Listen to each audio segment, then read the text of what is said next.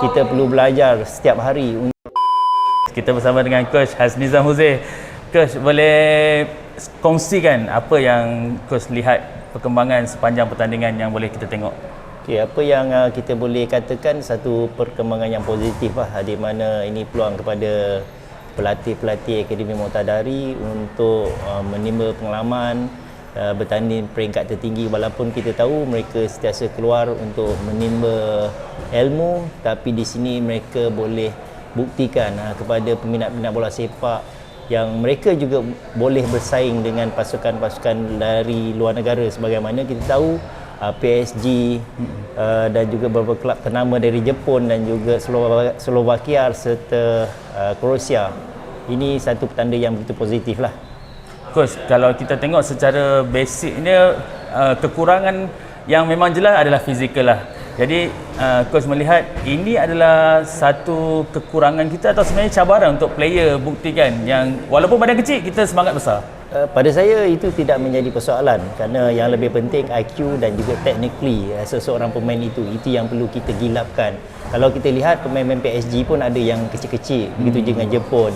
Cuma pemain-pemain dari Croatia dan juga Slovakia yang mempunyai ketinggian, namun itu tidak mempunyai masalah sekiranya mereka bijak melakukan sesuatu dengan kreativiti, teknik yang betul, dan mereka mempunyai keinginan yang tinggi, keazaman.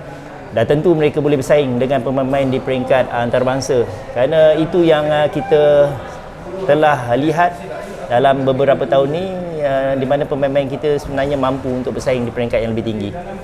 Coach lihat adaptasi untuk sistem pembangunan dan latihan di Malaysia ni dah boleh katakan seiring dengan perkembangan bola sepak moden di Eropah? Kalau kita melihat dari segi satu peringkat, memang banyak perubahan yang dilakukan kerana dengan bantuan sains sukan sebenarnya banyak memberikan faedah kepada kita di sini, dan apatah lagi ilmu yang disampaikan oleh pihak-pihak luar, di mana perkongsian itu amat penting. Namun kita perlu terus berusaha dalam bola sepak, sebagaimana yang saya katakan sebelum ini, kita perlu belajar setiap hari untuk melakukan sesuatu. Jadi inilah peluang terbaik kepada pelatih-pelatih untuk belajar dengan pemain-pemain di luar. Begitu juga dengan jurulatih, mereka perlu sentiasa berkomunikasi dengan jurulatih daripada luar. Selain daripada pemain, kita pun tengok tenaga pengajar, coach pun muda-muda. Jadi nampak untuk masa depan pembangunan bukan setakat pada pemain, pada coach-coach juga. Dari segi itu apa komen coach? Itu objektif utama program pembangunan bola sepak negara diwujudkan, kerana selain kita melatih pemain-pemain muda dan melahirkan pemain-pemain muda, kita juga akan melahirkan jurulatih muda untuk diketengahkan pada masa hadapan, kerana dengan teknologi terkini pemain-pemain ataupun jurulatih ini lebih cepat untuk menerimanya. Coach pun ada anak sendiri yang berada di sini kan. Coach melihat secara peribadi perkembangan anak coach macam mana? So apa yang saya lihat, alhamdulillah perkembangan yang begitu baik, namun saya mengharapkan dia terus belajar dan belajar. Kerana di sini perlu ada satu matlamat, bukan sahaja dalam bola sepak tetapi dalam education juga, kerana saya amat menitik beratkan education.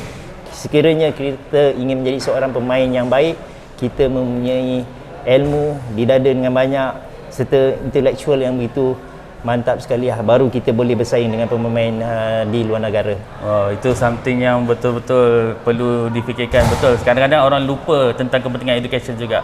Okey coach, soalan terakhir saya ialah bila kita tengok keadaan pembangunan sekarang, kita tak boleh nafikan ini adalah boleh katakan situasi terbaik dalam pelan pembangunan yang pernah Malaysia ada. Jadi harapan coach untuk melihat hasil daripada usaha keras semua ni?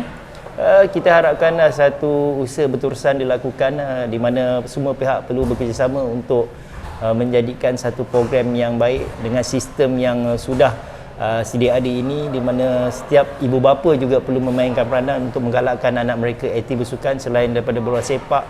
Kerana bola sepak, sebagaimana saya sebagai ibu bapa ingin meletakkan platform yang terbaik untuk anak saya, apatah lagi untuk mereka ke IPTA ataupun FPTS. Dengan sukan sebenarnya banyak peluang yang dimiliki sekiranya mereka bijak menggunakannya.